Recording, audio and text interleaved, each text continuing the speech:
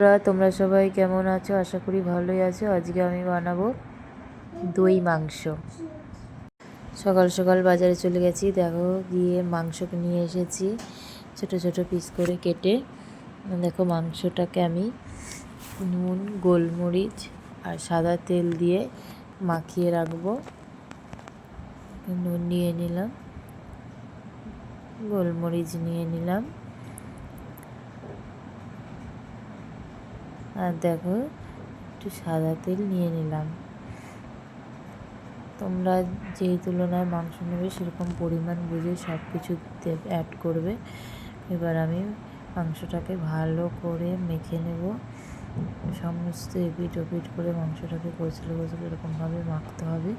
এরকম আমি পেঁয়াজ, টমেটো, কাঁচা লঙ্কা, রসুন নিয়ে নিয়েছি। এগুলো এরকমভাবে কুচিয়ে নেবে। এবার এর মধ্যে থেকে একটু পেঁয়াজ নিয়ে নিলাম, একটা মিক্সিতে কাঁচা লঙ্কা নিয়ে নিলাম। তোমরা ঝাল যে যেরকম খেতে ভালোবাসো সে সেরকম ঝাল দেবে। রসুন কুচি রসুন নিয়ে নিলাম। আর দেখো আমি একটা পেস্ট করে নিলাম। এদিকে নিয়ে নিলাম দারচিনি, এলাচ, শুকনো লঙ্কা, তেজপাতা, জিরে আর গোলমরিচ। সাদা তেলটাকে আমি গরম করতে দিয়ে দিয়েছিলাম। গরম হয়ে যাওয়ার পর আমি কেটে রাখা পেঁয়াজগুলোকে দিয়ে একটা ব্রেস্তা টাইপের করে নেবো। দেখো আমার ব্রেস্তাটা রেডি হয়ে গেছে, সুন্দর লাল লাল করে ভেজে নিয়েছি। দেখো আমি একটা পাত্রে তুলে নিয়েছি। এবার ওই কড়াইতেই আবার তেল দিয়ে আমি ফোড়নগুলো সব দিয়ে দেবো। এই ফোড়নগুলো সব দিয়ে দেবো। তোমরা যদি এইভাবে করে খেতে চাও মাংস বাড়িতে অবশ্যই খেতে পারো, খুব সুন্দর খেতে হয়। দেখো আমি এখানে পেঁয়াজ বাটাটা দিয়ে দিই, পেঁয়াজ একটু ভাজা পেঁয়াজ দিয়ে দিয়েছি, ভেজে নেব পেঁয়াজটাকে। কাঁচা পেঁয়াজ দিয়ে দিয়েছি, কেটে রেখেছিলাম। আর দেখো এখানে ধনের গুঁড়ো, জিরের গুঁড়ো, হলুদের গুঁড়ো ভালো করে ভিজিয়ে রাখবো। চামচে নাড়াচাড়া করে ভালো করে ভিজিয়ে রেখে দেবো। এই দেখো পেঁয়াজটা ভাজা হয়ে গেছে। এবার আমি যে মশলাটা করেছিলাম পেঁয়াজ, রসুন, কাঁচা লঙ্কা, সেইটা দিয়ে দেবো। দিয়ে ভালো করে নাড়াচাড়া করে নেবো। এবার আমি একটু আদা দিয়ে দেবো। আদা দিয়েও আবার ভালো করে নাড়াচাড়া করে নেবো যাতে কাঁচা গন্ধটা আদা থেকে বেরিয়ে যায়। এবার আমি কাঁচা টমেটো দিয়ে দেবো। টমেটোটাকেও আবার ভালো করে নাড়াচাড়া করে নেব। নাড়াচাড়া করে নিয়ে এবার আমি যে মশলাটা করেছিলাম সেই মশলাটা দিয়ে দেবো। দিয়ে আবার ভালো করে নাড়াচাড়া করে কষিয়ে নেব। আমার কষানো হয়ে গেছে। এবার আমি মাংসগুলোকে সব ছেড়ে দেবো। মাংসগুলোকে দেখো সব ছেড়ে দিচ্ছি।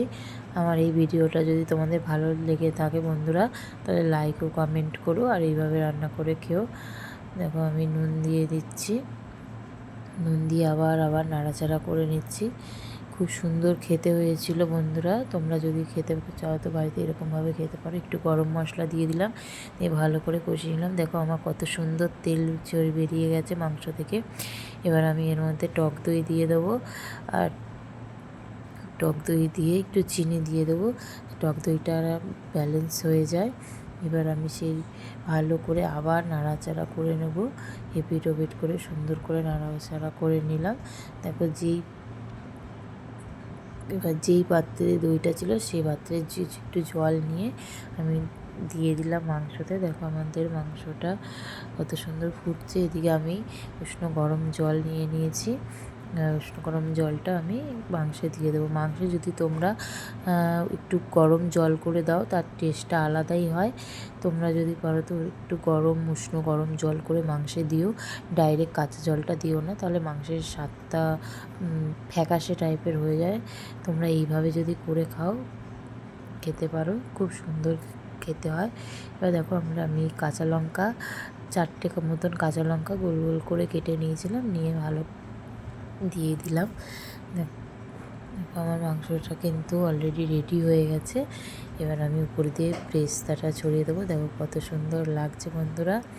তোমরাও যদি এইভাবে দই মাংস খেতে চাও তো বাড়িতে করে খেতে পারো অবশ্যই। আর কমেন্টও লাইক করো। দেখেছো কত সুন্দর লাগছে, দেখো কত সুন্দর লাগছে, খেতেও অসাধারণ হয়েছিল।